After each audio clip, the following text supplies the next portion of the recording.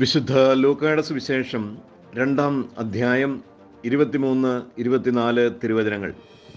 കടിഞ്ഞൂൽ പുത്രന്മാരൊക്കെയും കർത്താവിൻ്റെ പരിശുദ്ധൻ എന്ന് വിളിക്കപ്പെടണം എന്നും ഒരു ജോഡി ചെങ്ങാലികളെയോ 2 പ്രാവിൻ കുഞ്ഞുങ്ങളെയോ ബലിയർപ്പിക്കണമെന്നും കർത്താവിൻ്റെ നിയമത്തിൽ പറഞ്ഞിരിക്കുന്നതനുസരിച്ചാണ് അവർ ഇങ്ങനെ ചെയ്തത്.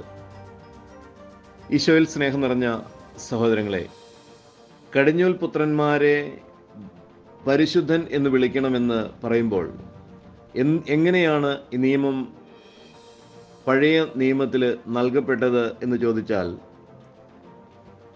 ഇസ്രായേൽ ജനം ഈജിപ്തിൻ്റെ അടിമത്തത്തിൽ നിന്നും പുറപ്പെട്ടു പോരുവാനായി കർത്താവ് പ്രവർത്തിച്ച അവസാനത്തെ അടയാളം അല്ലെങ്കിൽ അത്ഭുതമായിരുന്നു ഈജിപ്തുകാരുടെ ആദ്യജാതന്മാരെല്ലാം വധിക്കപ്പെട്ടത്. അത് മനുഷ്യരുടെയും മൃഗങ്ങളുടെയും ആദ്യജാതന്മാർ മരിച്ചപ്പോൾ ഇസ്രായേലിൻ്റെ ആദ്യജാതന്മാരാരും മരിച്ചില്ല. എങ്ങനെയാണ് ഇസ്രായേലിൻ്റെ ആദ്യജാതന്മാർ മരിക്കാത്തത്? അവർ ഒരു ആടിനെ ബലിയർപ്പിച്ച് അതിൻ്റെ രക്തം തങ്ങളുടെ കട്ടിലപ്പടികളിന്മേൽ തളിച്ചിരുന്നു. അങ്ങനെ രക്തം തളിക്കപ്പെട്ട ഭവനങ്ങളിലുള്ള ആദ്യജാതന്മാർ മരിച്ചില്ല. ആരുടെയൊക്കെ ഭവനങ്ങളിൽ കുഞ്ഞാടിൻ്റെ രക്തം തളിക്കപ്പെട്ടുവോ ആ ഭവനങ്ങളിലുള്ള ആദ്യജാതന്മാർ വീണ്ടെടുക്കപ്പെട്ടു. ആരുടെയൊക്കെ ഭവനങ്ങളിൽ കുഞ്ഞാടിൻ്റെ രക്തം തളിക്കപ്പെടാതിരുന്നുവോ അവിടെയുള്ള ആദ്യജാതന്മാർ വധിക്കപ്പെട്ടു.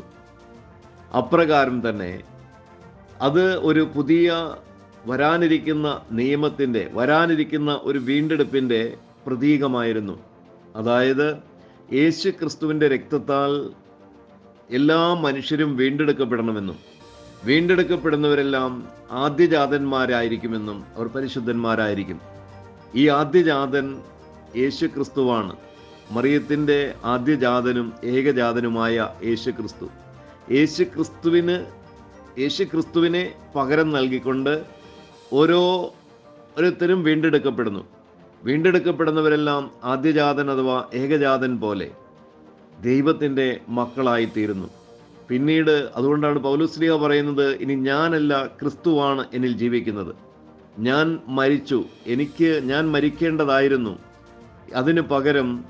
എനിക്ക് പകരം ക്രിസ്തു മരിച്ചു. അതുകൊണ്ട് ഇനി ഞാനല്ല, ക്രിസ്തുവാണ് ജീവിക്കുന്നത്. അങ്ങനെ ആദ്യജാതന്മാരുടെ വീണ്ടെടുപ്പിൻ്റെ നിയമം, വീണ്ടെടുക്കപ്പെടുന്നവരെല്ലാം ദൈവത്തിൻ്റെ പരിശുദ്ധൻ ആയിരിക്കണം. എന്തുകൊണ്ട്? അന്ന് വീണ്ടെടുപ്പിനായി സാമ്പത്തിക ശേഷിയുള്ളവർ ഒരാടിനെ ബലിയർപ്പിക്കുന്നു. ദരിദ്രരായിട്ടുള്ളവർ 2 ചെങ്ങാലിപ്രാവുകളെ ബലിയർപ്പിച്ചുകൊണ്ട് വീണ്ടെടുക്കുന്നു.